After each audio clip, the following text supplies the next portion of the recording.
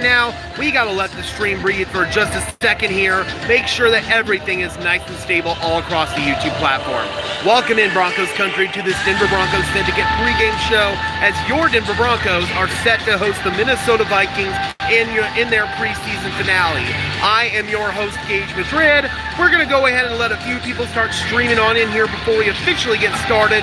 While we do that, if you could just do me a big favor, guys, and smash the like button on this stream, as well as subscribe and ring the bell.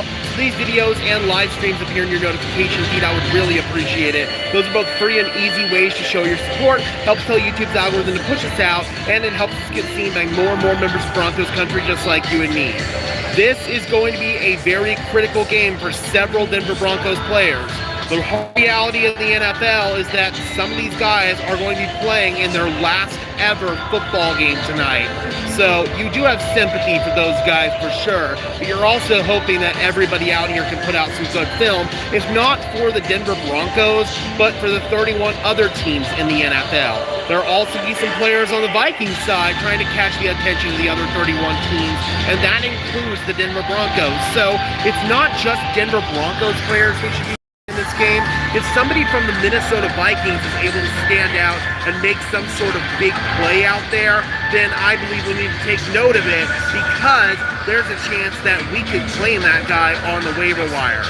We've got Ton in the house saying hi. We got Gator in the house saying what jerseys are they wearing tonight. So tonight they are going with the all whites. They're the specialists right there. Minnesota Vikings, they're going with their purple uniforms tonight. All right, we got D-Rock in the house saying, Gage, what's up, chat? Good to see you, D-Rock. Hope you are doing well. So, tonight, we are definitely going to be watching some young players on this Broncos roster, as well as some veteran players. Last night, I put out a video saying that there are 4 Denver Broncos veterans who could be playing in their final game in a Broncos uniform tonight.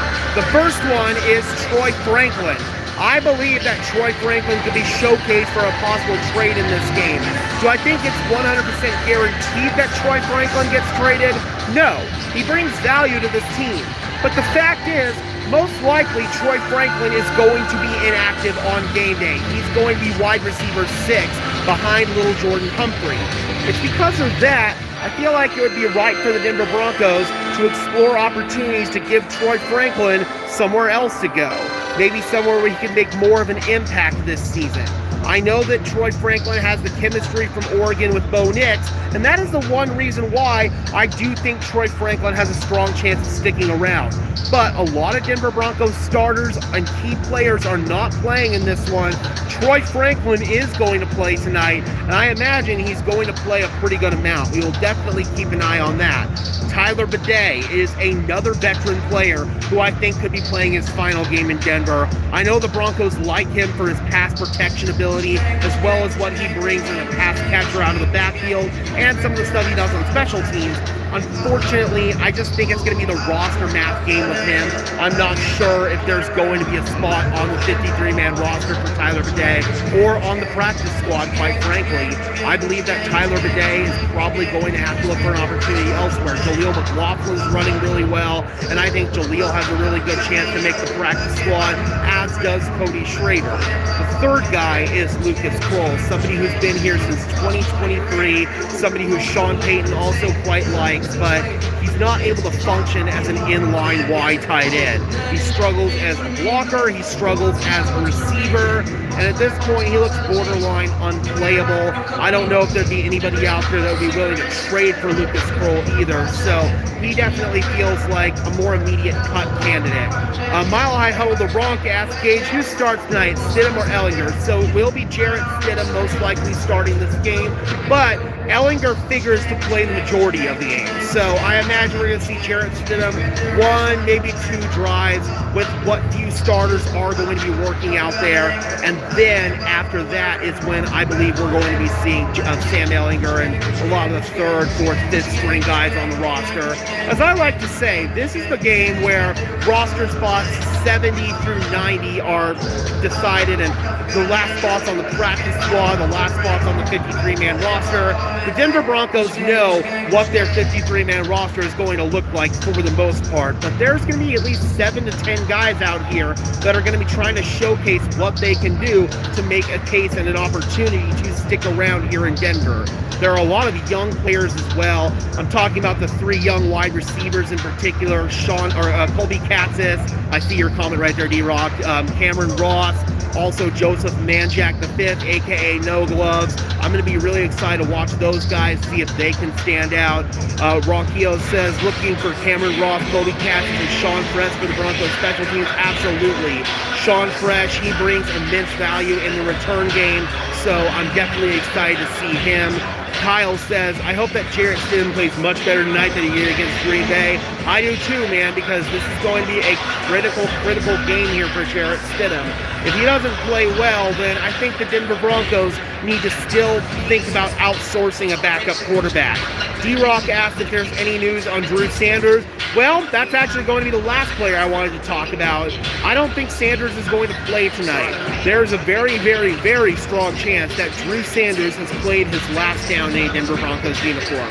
They drafted him in the 3rd round out of the University of Arkansas all the way back in 2023, hoping that his potential would translate into production. Unfortunately, for the past 3 seasons, injuries have prevented that from happening. And I just don't see a scenario where he's going to even make the practice squad for the Broncos. I talked about maybe he could go to the UFL and spend a couple of seasons, or at least 1 season in the UFL, show that he can still play this game at a high level, and then return to the NFL for some other team. But if I had to say right now, I would say that Drew Sanders' time in the Denver Broncos, in a Denver Broncos uniform, is done. Julian says, Cole's about to light this game on fire. Just watch. I hope he does, because maybe then someone would be stupid enough to trade for him. Hell, the Denver Broncos were able to get draft capital from the Eagles for Albert Okwuegbunam. So it's not the most insane possibility out there. But like I said, man, Troy Franklin is going to be probably the #1 guy that I'm looking towards as far as players who could be showcased for a possible trade in this one. There are some others as well, don't get me wrong, but Troy Franklin is #1. I'm also going to be watching the defensive line pretty heavily.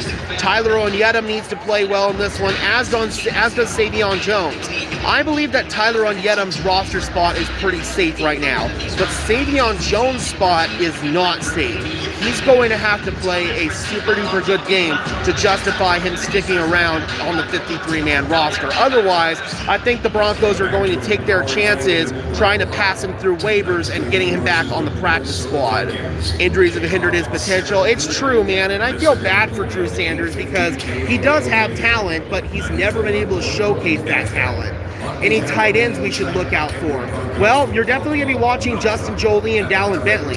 Jolie's spot, pretty safe on the roster, I would say, but Dallin Bentley's spot, I would say, is up in the air right now. So he's going to have to play well in this one. Nate Atkins, he's going to be around in some capacity, be it 53-man roster or practice squad. So I would definitely say Justin Jolie and Dallin Bentley are the 2 main ones to keep an eye on. But on the D-line, Jordan Jackson, if he can go out and play another good game in this one, I could see him possibly taking that 6th interior defensive line spot on the 53-man roster over Savion Jones. And listen, Savion Jones is a raw player, and he's learning a new position. He was an edge rusher at LSU, and the Broncos have tried to kick him inside to play interior defensive line. There is a very, very steep learning curve. But by that same token, you would expect him to be ahead of the curve as opposed to Tyler Onyedem, who he has a year advantage over. So at this point, I just don't know what Savion Jones' status is, and we're going to have to watch him and see if he can play well in this game. The linebacking core, Torian York, Red Murdoch, Karene Reed, Jordan Turner. We want to see if all those guys can play well in this game. I think it's very possible that the Denver Broncos carry 5 inside linebackers. You're not going to be able to pass Red Murdoch through waivers. I know they really like both Jordan Turner as well as Karene Reed, so I can easily see a scenario where they keep both of those guys. But Turner and Reed are both going to have to play really well in order to force the Denver Broncos' hand there. D-Rock asked if Mim's job is safe as a returner. I would say so, and prior to getting injured early on in training camp, Mims was showing a lot more potential as a route runner, as a wide receiver. That is what makes Troy Franklin a little bit redundant here. And I'm curious to see if Marvin Mims is going to play. I believe Mike Kliss put out a list of guys who are not going to play tonight, and I can't remember if Marvin Mims is on there or not, but I do believe Marvin Mims' job is very much safe. D-Rock says, I like our inside linebacker depth a lot. I do too, man. It's a good problem to have when there's a chance that a really good player is going to be going on the waiver wire. So the Broncos are going to have to make some difficult decisions, but it is very much a luxury in the NFL to make those type of decisions. So, yeah, guys, let me know in the comment section below, are there any other players that you're going to be looking to stand out in this one? Running back position, Jaleel McLaughlin, Cody Schrader, definitely.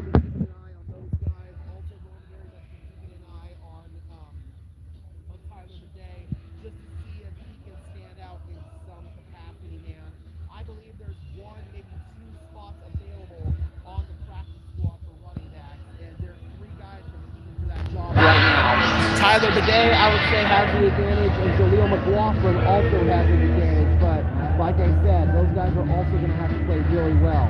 If you guys missed it, as far as the quarterback situation is concerned, Jarrett Stidham is going to be starting this game. Sam Ehlinger is set to play the majority of the game. I would say, as of right now, the backup quarterback spot has already been decided. Jarrett Stidham is QB2 for this team, but Sam Ehlinger needs to play well in this one for sure. What are your thoughts on Ulama Wazirike? I honestly feel like he's struggled a little bit this preseason. I'm not so much sure how long he's going to play in this one, but if he does play, I'm going to keep an eye on him to see if he can play well. Length says, I would be upset if we trade Troy Franklin for less than a second-round pick. That's how much I value him, even as a sixth wide receiver. I'm about at a fourth-round pick. If somebody offers a fourth-round pick for him, I would be willing to listen. Tone says the sound went out. Let's see. Is the sound still out, guys? Let me know. MHH Bronx says Jonathan Cooper's suspension is still waiting. Yeah, we're still waiting on that. I don't think that suspension is going to come down for Jonathan Cooper until maybe midway through the season. He's going to be arraigned on August 30th, but I believe that it's going to take a little bit of time for him to actually be investigated by the NFL. Hey, we got my grandma in the house, Cindy Coulter, saying, hey, Gage, looking good. Let's go, Broncos. Thanks, Nana. Cheers. Lang says sound is back. Okay, very good, very good. Sorry about that, guys. We're going to be going for maybe another couple of minutes here. I've got one of my buddies that I'm going to be meeting at the game tonight, so really excited for that. Very good. Glad sound is back. So let me know in these last couple of minutes, guys, if you have any more questions. I'll be in attendance from Pennsylvania for the home opener. Any good restaurant suggestions in the area? It's tough, man, because there aren't really a whole lot of restaurants like immediately near the stadium. It's kind of like Denny's and stuff like that. But if you go downtown, there's a plethora of stuff, man.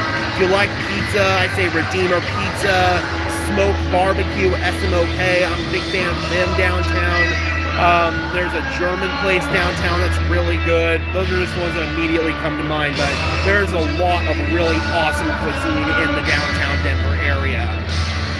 Enjoy the Broncos' third preseason NFL game, Gage. I sure will, Michael. And again, guys, as you know, we will be going live for the post-game show as soon as this game reaches its conclusion. And then cuts should be starting as soon as we get home, quite frankly. Wouldn't be surprised if one or two cuts came down tonight, and then a bunch are going to come down tomorrow. So we're going to have a ton of content over the next 24 hours. Who are you looking out of the tight end tonight to see who makes the roster? At this point, I think the tight end room is pretty set in stone. I'm just hoping that Gallon Bentley can go out there and have a good game because he hasn't really stood out. And I'm hoping that he can eventually become that inline wide tight end of the future for the Denver Broncos. So definitely going to be keeping an eye on that. D-Rock says gotta go, but thanks, Gage and chat. Thank you so much for tuning in, D-Rock. Really appreciate it. If you guys could just do me a favor before we break out of here and smash the like button on this stream as well as subscribe and ring the bell, I would really appreciate it. Those are both free and easy ways to show your support, helps tell YouTube's algorithm to push us out, and it helps us get seen by more and more members of Broncos country just like you and me. Last little shot at the field here. Beautiful night in Power Field at Mile High. A little bit of clouds, but starting to clear up quite nicely. Got some guys on the field right now. There we go, guys. Alrighty. And until next time, I'm your host, Gage Madrid, saying peace out.